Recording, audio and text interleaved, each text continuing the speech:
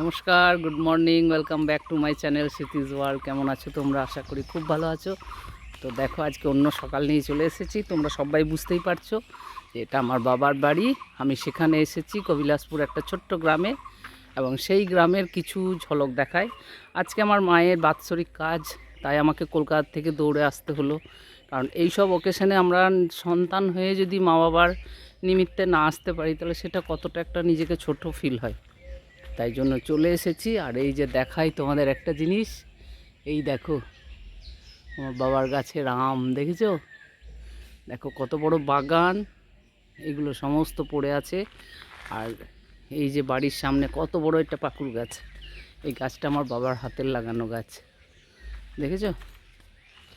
কত ভালো লাগে গ্রাম্য পরিবেশ, গ্রামের দৃশ্য, সত্যি মন কেড়ে নেয়। আমি হয়তো কলকাতায় থেকেছি, ব্যাঙ্গালোরে থেকেছি, দিল্লিতে থেকেছি, চণ্ডীগড়, কাশ্মীর, কত জায়গা ঘুরলাম, এমনকি আমেরিকা, লন্ডনও ঘুরেছি, কিন্তু এই জায়গাটায় আসলে যে পরিমাণে শান্তি পাই, সত্যি কথায় আর কোনো জায়গায় হয়তো এতটা শান্তি নেই। কেননা ছোটোবেলার থেকে এই জায়গাটায় খেলাধুলা করেছি, এই জায়গায় বড় হয়েছি, অনেক স্মৃতি জুড়ে আছে। তবে যতদিন মা বাবা, ততদিন কিন্তু এটার অস্তিত্ব থাকে। মা বাবা চলে গেলে কিন্তু সব কিছু অধুরা মনে হয়, সব কিছু ফাঁকা ফিল হয়, আমার যেটা হয়। কারণ কথাতেই আছে, আমার মা একটা কথা বলতো যে মা আছে তো খেয়ে যা, আর না আছে তো চেয়ে যা। সে তাই হচ্ছে। দেখো পুরো গাছপালায় ভর্তি, এগুলো সব আমাদের জায়গা। দেখো ঘরের বাইরের থেকে একদম আমি চলে এসেছি আমাদের খামার বাড়িতে, যেখানে কি ধান ওঠে শীতকালে। এখন তো ধান নেই, সেই ধানের ফলগুলি পড়ে আছে। দেখো কত খড় আছে, আর এই যে গাছগুলি আছে, সে গাছে ধরে আছে দেখো লেবু। দেখেছো কত লেবু, একদম ঘাড়ে মোড়ে লেবু, কিন্তু লেবুগুলি এখনও বড় হয়নি। কত সুন্দর লম্বা লম্বা লেবুগুলি। আর গোয়ালে যে গাছটি আছে সেটার গোল গোল লেবু, কিন্তু ওটার আমি এখনও ভিডিও নিতে পারিনি, নিলে দেখাবো।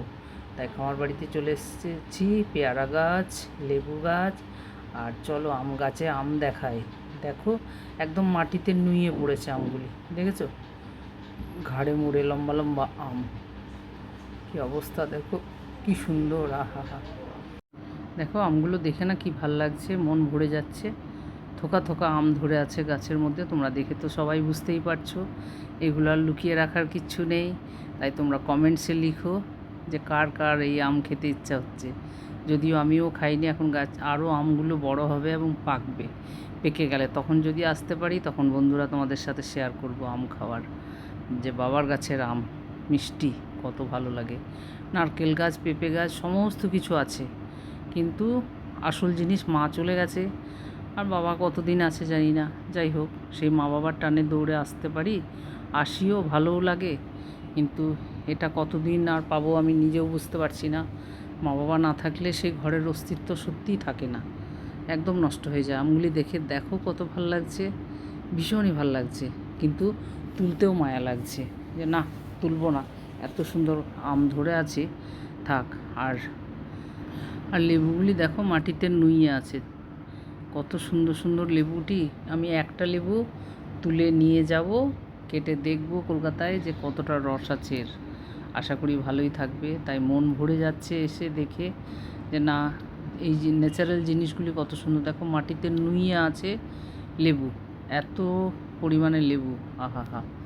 দেখে সত্যি কথায় প্রাণ জুড়িয়ে যায়। নিজের বাড়ির গাছ, ওই ঘরের লোকেরই হাতের লাগানো গাছ, সেই গাছে যদি এইভাবে ফল থাকে তাহলে মনটা কত ভরে। দেখো এত বড় লেবুটা আমি তুলে নিয়ে যাচ্ছি। আর এই যে দেখো বাড়িতে চলে এসেছি, বাড়িতে এসে দেখি কত ধরনের সবজি কেটে রেখেছে, দেখেছো সবজিগুলি? এগুলি সমস্ত কাটা, এইগুলো আজকে সব রান্না হবে। এক একটা বালতি এক এক রকম ছাড়িয়ে ছুড়িয়ে পরিষ্কার করে কি সুন্দরভাবে কেটে রেখেছে না, কত ভালো লাগছে দেখতে। এইগুলো রান্না হবে, এইগুলো রান্না হয়ে সবাই আসবে আজকে লোকজন খেতে, তারা সব খাওয়া দাওয়া করবে। তাই তোমাদের সাথে শেয়ার করলাম। আর এদিকে দেখো যে এই ড্রামটার মধ্যে জল ভরছে। গ্রামের ভোজ কাজ হলে লোকজন খাওয়া দাওয়া করলে এইভাবেই করে। তো এটা কলের থেকে জল দেখো ড্রামে করে নিয়ে আসছে, এই টিন দুটো ভাড়ে করে দিয়ে ড্রামটা পূর্ণ করে রাখছে রান্নার জন্য। তাই তোমাদের সাথে শেয়ার করলাম। দেখো কেমনভাবে বাঁকে করে নিয়ে যায়, কত ভালো লাগছে না? দেখো এইভাবে জল 2 টিন করে নিয়ে আসছে, নিয়ে সেই ড্রামটা পূর্ণ করছে। খাবার জলের জন্য তো খাবার জল চলে এসেছে, এটা জাস্ট রান্নার জন্য। কুয়োর জলে হবে না, আমাদের বাড়িতে কুয়ো আছে, সে কুয়োর জলে রান্না হবে না, তাই কলের জল ধরে নিয়ে আসা হচ্ছে। আর এদিকে দেখো রান্না শুরু হয়ে গেছে। এটা প্রথম হয়ে গেল মুগের ডালটা করে তুলে রেখে দিল। তারপরে একে একে সমস্ত রান্না হবে, তারপরে লোকজন আসবে, ঘরের মধ্যে ছোট্ট করে একটা শ্রাদ্ধ হয়। কত রকম নিয়ম আছে আমাদের এই যে সনাতন ধর্ম বলে, সনাতন ধর্মের অনেক নিয়ম, সেই নিয়মগুলি মেনে চললেই সেটা হচ্ছে ধর্ম। নিয়ম না মেনে চললে কোনো ধর্মই হয় না, তাই না? আর এখানে দেখো যে খাসির মাংসর অর্ডার দেওয়া ছিল, সে দিয়ে চলে গেল। এখানে 20 কেজি মাংস আনা হয়েছে একটা পাতিলায় করে, এবং পরিষ্কার পরিচ্ছন্ন করে ধুয়ে রাখা আছে। এখানে পেঁয়াজগুলি কেটে রাখা আছে, এটা ঢেকে দেবে এখন। আর আমি স্নান ধান করে চলে এসেছি, এসে একটা পেতলের হাঁড়ি বসিয়ে দিয়েছি। এটার মধ্যে দেখো 1 লিটার দুধ বসিয়ে আমি পায়েসটা রান্না করব। কারণ এটা মা সর্বমঙ্গল আছে বাড়িতে, কুলদেবতা, সেই মা সর্বমঙ্গলার ভোগ রান্না হচ্ছে এখানে। তাই তোমাদের সাথে শেয়ার করলাম যে এইভাবে দেখো একদম নিযুক্তভাবে স্নান করে নতুন শাড়ি পরে মা সর্বমঙ্গলার জন্য এই ভোগ রান্না হচ্ছে। এখানে পায়েস বসিয়ে দিয়েছি, কতক্ষণে হয় দেখা যাক। কারণ এটা আমার ভাগ্যে ছিল, এইটুকুই আমি জানি, কারণ আমি জানতাম না যে মায়ের ভোগটা আমাকে রান্না করতে হবে। এইদিকে দেখো একে একে সব আসা শুরু হয়ে গেছে। এটা আমার পিস্তত দাদার মেয়ে চলে এসেছে, এখানে আমার ভাই আবার কাকে আশীর্বাদ দিচ্ছে। যাই হোক, সব মিলিয়ে খুবই ভালো লাগলো। আর এই যে কাকিমাতে আর ভাইজিতে গল্প হচ্ছে। এখানে মাকে নিয়ে আসা হয়েছে, দেখো লাল একটা কাপড় দিয়ে ঢেকে এখন মায়ের মুখটা খুললো। এইখানে মায়ের শ্রাদ্ধটা শুরু হবে। জয় মা সর্বমঙ্গলা, সবার মঙ্গল করো, তোমার কৃপায় যেন সবার মঙ্গল হয়, এইটুকুই বলবো। ছোট বড় যতজন আছে, তাই মায়ের মুখটা এইভাবে রাখতে হয়, কারণ নিয়ম আছে কিছু হয়তো। যাই হোক, আমি সব কিছু করে দিলাম। জয় মা, মায়ের কৃপায় যেন সবার শরীর ভালো থাকে, সুস্থ থাকে। আর মাকে এইভাবে জবা ফুল দিয়ে সিঁদুর দিয়ে ঢেকে রাখে। এটা সোনার টিপ পরে আছে, দেখো সিঁদুরের জন্য কিচ্ছু দেখা যাচ্ছে না। আর এখানে মায়ের ফটোটা সাজিয়ে রেখে দিয়েছি সুন্দরভাবে। দেখো এখানে মাকে চেয়ারে বসানো হয়েছে, মালা চন্দন পরিয়ে মাকে বসিয়ে দিলাম। কখনো ভাবতেই পারিনি যে এই দিনটা আসবে, এবং দেখতে দেখতে একটা বছর অতিক্রম করে গেল।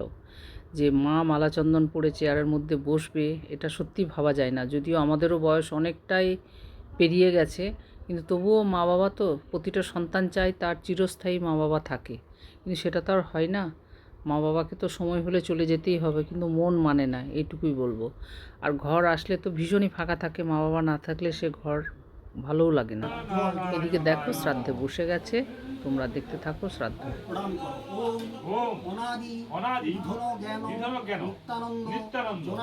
ওম উচ্ছিদ্রাণি ঊর্ধ্বপাত্রাণি সন্তু। এটা কুশে বলে শরীরটা এইটা এটা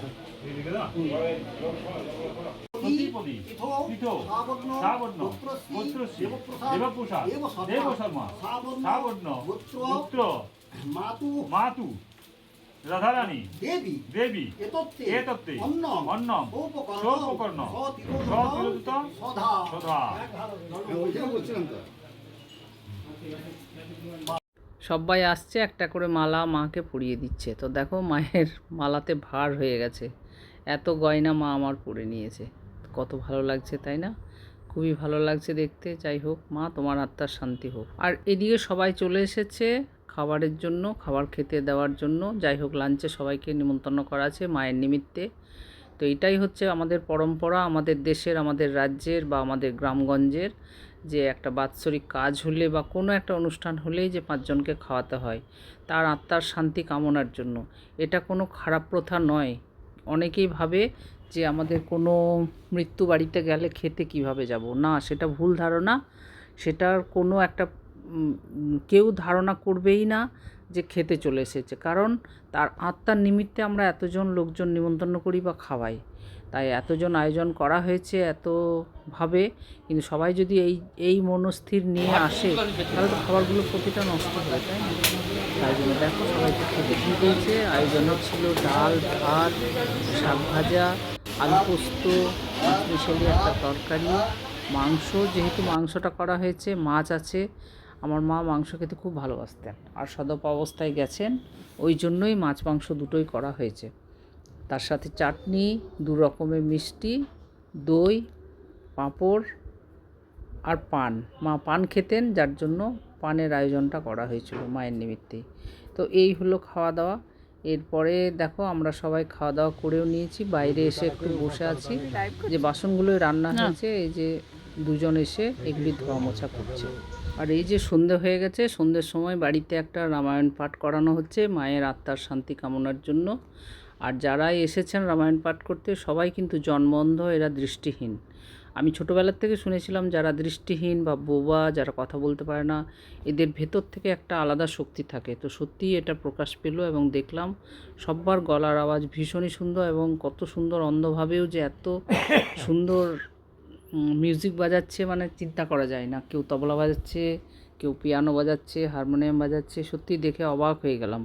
তাই ওদের যে গানের গলা, সেটা তোমরা সবাই একটু শোনো এবং আশীর্বাদ দিও তারা যেন ভালো থাকে।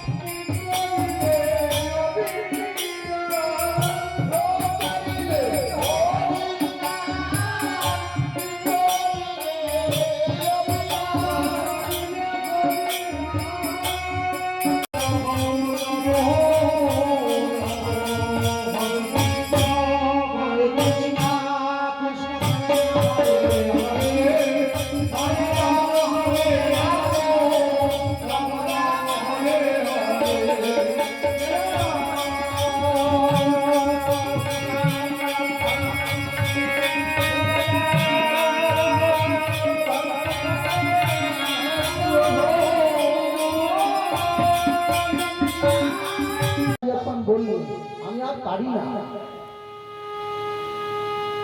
তো বলে আমায় কি করতে হবে? বলে আপনার ছেলেকে নিষেধ করতে হবে।